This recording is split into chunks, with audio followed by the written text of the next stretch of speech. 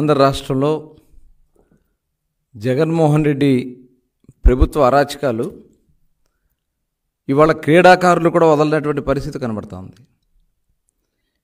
ఈరోజు ఆంధ్ర రాష్ట్ర రంజీ జట్టుకి కెప్టెన్గా ఉన్నటువంటి హనుమ విహారీ దాదాపు 10 టెస్టుల్లో అంతర్జాతీయ టెస్టులో కూడా ఆడినటువంటి వ్యక్తి, రంజీ టీంకి కెప్టెన్గా ఉన్నటువంటి వ్యక్తి ఇవాళ ఈ ప్రభుత్వ అరాచకాలు భరించలేక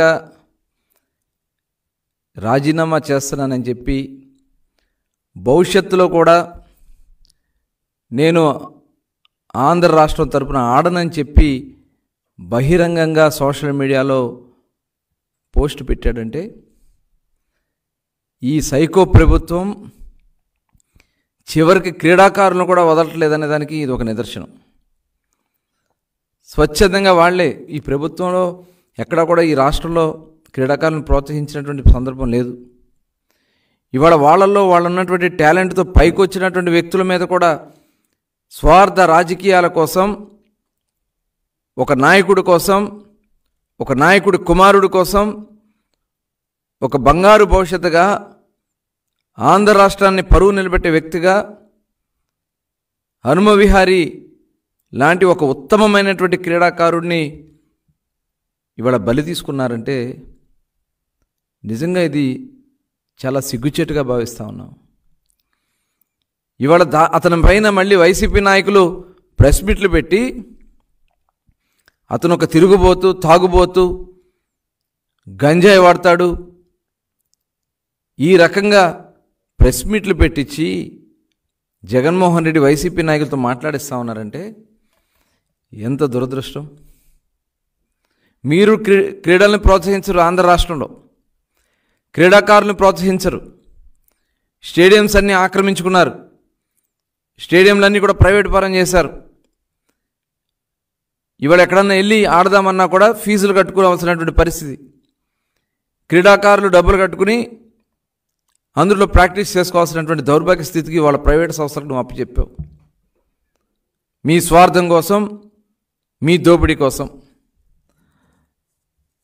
నిజంగా ఇది క్రీడాశాఖ మంత్రి ఉన్నారు, ద గ్రేట్ రోజమ్మ గారు.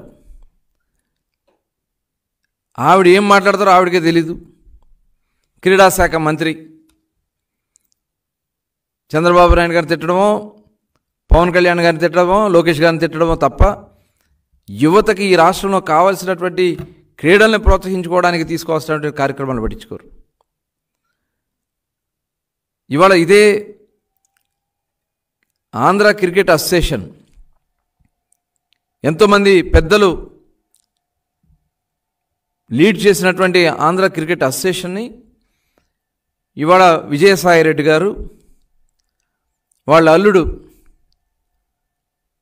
శరత్ చంద్రారెడ్డి గారు లీడ్ చేస్తూ ఈ రకంగా రాజకీయాల కోసం, మీరు స్వార్థ రాజకీయాల కోసం క్రీడలను కూడా బలిపెడతా ఉన్నారంటే నిజంగా ఇది చాలా చాలా ఈ ఆంధ్ర రాష్ట్రం ఏమైపోతా ఉందా, యువత ఏమైపోతారా అన్నారని చెప్పి ఇవాళ నిజంగా చాలా భయం వేస్తూ ఉంది.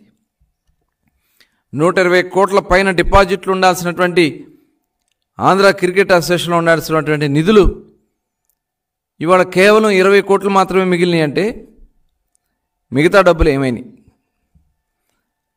మీ దోపిడీకి బలి అయిపోయింది. దాదాపు 2019లో ఆంధ్ర క్రికెట్ అసోసియేషన్కి 120 కోట్ల వరకు ఫిక్స్డ్ డిపాజిట్లు ఉండేవి. ఇవాళ బ్యాంక్ ఖాతాలో కేవలం 20 కోట్లు మాత్రమే మిగిలినాయి. ఇదంతా దోపిడీ కాదా? ఇవాళ శాప్లో అవినీతి నిలయంగా మారిందని చెప్పి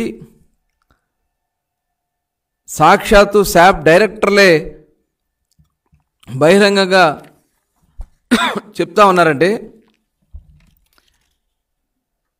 శాప్ డైరెక్టర్లే ఇవాళ ఇంత అవినీతిమయమైనటువంటి శాప్లో ఉండడం దండగని చెప్పి వాళ్ళు చెప్తా ఉన్నారంటే నిజంగా ఈ ఆంధ్ర రాష్ట్రంలో క్రీడలు బతికున్నాయా? యువతకి అసలు స్పోర్ట్స్ మీద ఇంట్రెస్ట్ కలిగేలాగా చేస్తూ ఉన్నారా? ఇవాళ గతంలో స్పోర్ట్స్ కోటా కింద నిజంగా కష్టపడిన వాళ్ళకి, వాళ్ళు మెడల్స్ తెచ్చిన వాళ్ళకి ప్రోత్సహించడానికి ఉన్నటువంటి ఏదైతే స్పోర్ట్స్ కోటాని డబ్బులు తీసుకుని, లంచాలు తీసుకుని